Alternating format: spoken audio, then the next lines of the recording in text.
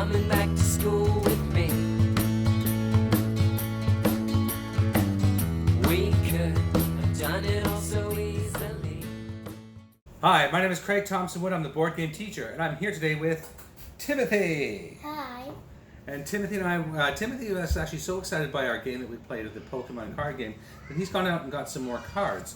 So what I thought we'd do today is we would take a look at some of these cards and, just show you what some of Timothy's thoughts are on the cards and discuss them, and just show how this kind of thing can be a good educational tool because it's encouraging him reading the cards, understanding the cards, problem solving, making connections between these cards and other cards, etc., etc. So we're going to go up here, and what I'll do is, as we sort of get settled on one card and sort of talk about it a little bit, I'll put it up here beside me, and then that way you can see the card that we're talking about. All right, let's get right to it. Okay. All right, so first card we have here is Licky Tongue. What do you think of Licky Tongue? What I learned from watching Pokemon is that when he licks something, he doesn't forget the taste. So Okay. what if he licks something that doesn't taste good, and he never forgets it? Mm-hmm. Yeah. So what cards really stand out to you in the deck? What are some cards that you were really excited to see in your deck here? The Detective Pikachu. Okay, so like from the movie, we have a Detective Pikachu card. Let's take a look at that one. So dig through here. Here we go. So here we have Detective Pikachu. So Detective Pikachu has an interesting ability of Scout, where you can, if you just have one lightning energy, you can look at your opponent's hand, which may be neat, so they can sort of see what they have planned. And then Surprise Attack.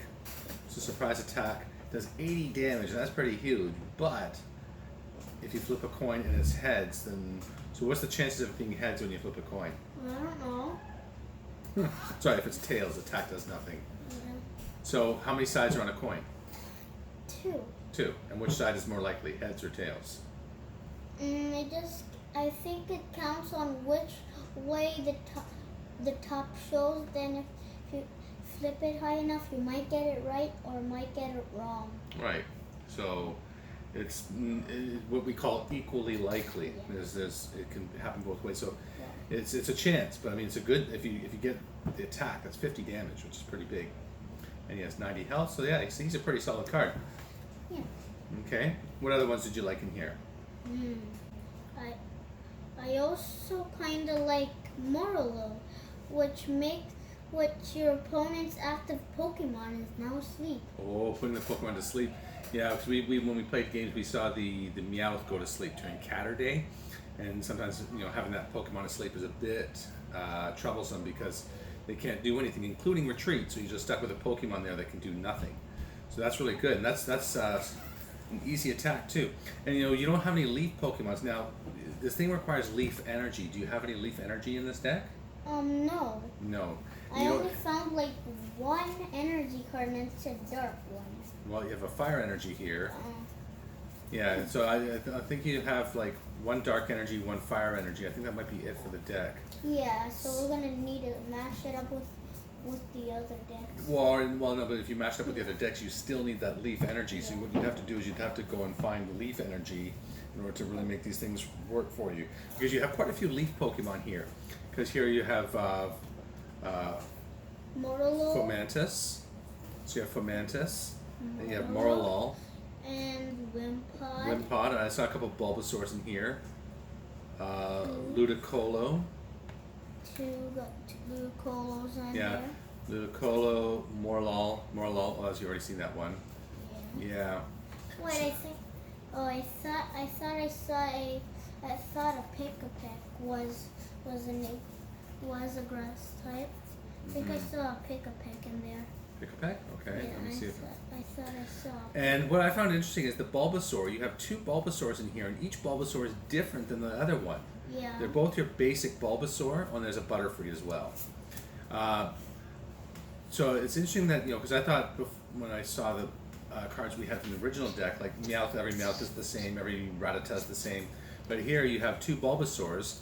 So here's the first Bulbasaur now, and this one has the ability to find a friend, where you can pick another grass-type Pokemon from your deck and put it into your hand. So that's kind of neat. And then the other one is a more aggressive one. This has the Detective Pikachu logo on it. but this one has the attacks, and he's got some pretty good attacks there for the Vine Whip for 50. But you need to really build that up in order to get that attack going. And this one has a vulnerability, a weakness to the fire damage. So if you use this one against your Pokemon from your Mewtwo deck, you could really, this one would have a hard time. So you take double damage from those fire type Pokemons. Yeah, so it's kind of cool, the two different types of Bulbasaurs. We were also looking at this one here. Where is it? Yeah, this one. It looks like actually. It's a big Malasada. Big Malasada. It looks like a pink Nutella to me. It looks pretty gross. But it has some really good abilities. What does it do, Timothy? It heals 20 damage and removes a special condition from your active Pokemon. Removes a special condition. So special conditions were like burnt, or stunned, or asleep. Yeah, so all those ones are active conditions on the Pokemon, the special conditions that can be troublesome to deal with. So this way, it not only heals your Pokemon 20 damage, but also removes that special condition. This is a great card. And it's a trainer card, and it's an item, so you can even use more than one of these in your on your turn, because remember, you can only use one, the trainer cards, like the like there's Lily, yeah. How, that was what I was trying to remember. There's that guy who you take from the bottom of the deck. What's his name? What? The guy you take three cards from the bottom of the deck. I think that was. No, How takes from the top of the deck. Oh yeah, I can't remember his name. Yeah. But this one's good because you can use more than one of these if you want to. So that's a really useful one. You'd probably want quite a few of those. Look at Snubble. You need 2 of anything for paralyzing gaze. Flip a coin. If heads, your opponent's active Pokemon is now paralyzed. Paralyzed. There's another special condition. So a paralyzing gaze. So yeah, Snubble. And this is another Detective Pikachu one. Yeah. So what do you think you'd want to do with these cards now that you have these ones? What do you think you're going to be looking for? I don't know. Don't know? Well, like if you want to include Bulbasaur, could you include Bulbasaur right now? Okay. Could you in your deck? Okay. Yeah. But what about the energy? Do you have grass energy? Yeah, I can. Yeah, I think I do. No? You don't have any grass energy. I think they're near the bottom of my other deck. No? The Mewtwo one didn't have one, the Electro one didn't have one. Yeah, we're gonna need to get more. Okay, so if you want to play Bulbasaur then, like what are you gonna need to do? Get grass energy. You need to get some grass energy, right? Because they need some grass energy types to activate their best abilities, and you don't have any of those right now. So we can look to see if we can find. So like if you're buying them just in random packs, then you're going to just get what you get. But there's sometimes like those Mewtwo sets that we got, the basic sets. See if they have ones which are water type and grass type and things like that. So that way we know we're getting a bunch of, things that are going to complement each other. And that's the advantage of buying those sets that we bought the first time, like the Mewtwo set. What was the other guy's name? Not Mewtwo, the other one, the electric guy. Zeraora. Zeraora. Yeah. So the Zeraora set and the Mewtwo set was nice because we knew what we were getting that was going to be a complementary set, that all the cards worked together nicely. Now looking at some of these other things, so now too, we look at Electabuzz here. So now with Electabuzz, what do you notice on the bottom? What's his weakness? His weakness is fighting types. Fighting types. So when he's fighting types, then he takes double damage from them.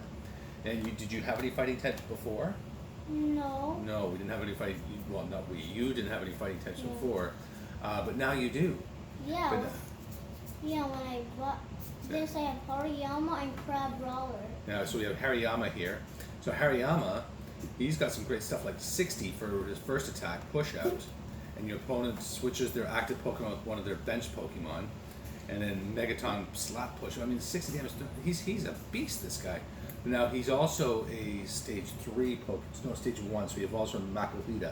So you have to get the basic Pokemon for him. Yeah, but I don't have him anywhere in my deck. Right, and you also don't have the fighting energy. So again, it's one of those things. As Timothy looks through this, we can talk and discuss different things about which ones make good combinations, why they make good combinations. Let him start to problem solve himself to what things he would work well in the deck.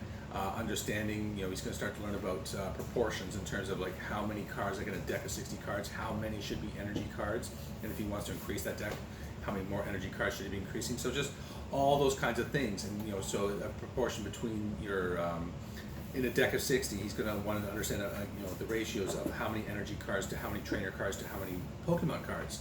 So it's going to be this whole thing that we're going to be exploring together and learning about together. I mean, I still don't know. I mean, I'm going to be, as we get more cards here and start to build decks, like we just started off with those basic decks, which were pre-constructed.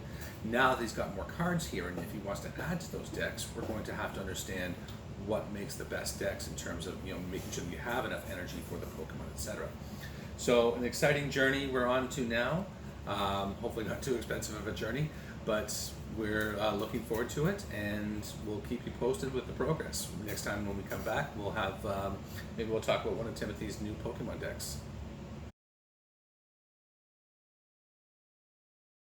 Well, that's going to wrap it up for today's episode. If you have any questions about Pokemon card games, or have any suggestions for how Timothy might build his deck, what kinds of things he might be looking for, then please do leave a message in the comment section below. If you have any other ideas for games you might like to see on the channel, or topics you might like me to talk about, again, leave me a message in the comment section below. Well, until next time, I'm Craig Thompson with the Board Game Teacher saying thanks for coming to the classroom. Bye.